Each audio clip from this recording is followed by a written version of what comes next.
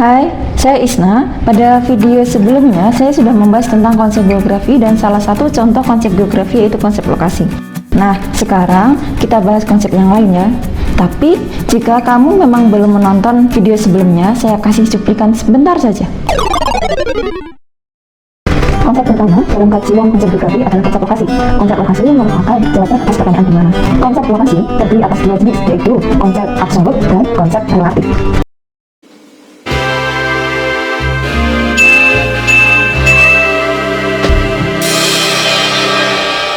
Setelah konsep lokasi, konsep yang kedua adalah konsep jarak. Jarak berkaitan dengan pemisah antara dua lokasi. Nah, jarak dalam hal ini tidak hanya berkaitan dengan jarak dalam artian meter, tetapi juga jarak dalam artian waktu dan juga jarak dalam artian biaya. Jarak dalam artian waktu berarti waktu tempuh, sedangkan jarak dalam arti biaya berarti biaya tempuh. Contoh dari konsep jarak adalah jarak rumahmu dengan sekolahan misalnya 5 km. Atau kalau misalnya kita menggunakan skala waktu, misal jarak rumahmu dengan sekolahan sama dengan 5 menit.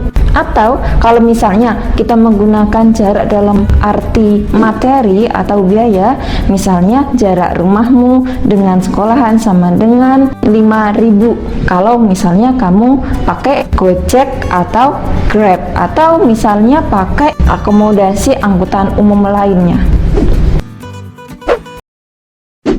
Konsep yang ketiga adalah konsep keterjangkauan. Keterjangkauan ini kaitannya dengan kondisi medan dan ada atau tidaknya sarana angkutan. Keterjangkauan akan tinggi ketika kondisi medannya tidak memiliki rintangan, tetapi keterjangkauan akan rendah ketika kondisi medannya memiliki rintangan. Contoh rintangannya adalah pegunungan tinggi. Jadi kalau misalnya kita menuju ke suatu tempat yang ada pegunungan tinggi atau ada hutan lebat di sana, maka keterjangkauan tempat tersebut adalah rendah. Lalu, bagaimana kaitannya keterjangkauan dengan ada atau tidaknya sarana angkutan? Tentu, ketika ada sarana angkutan yang banyak, maka keterjangkauannya tinggi. Dan ketika tidak ada sarana angkutan atau misalnya hanya ada satu tapi terbatas, maka keterjangkauan tempat tersebut adalah kecil. Keterjangkauan itu tidak hanya sekedar faktor fisik loh, tapi juga faktor sosial.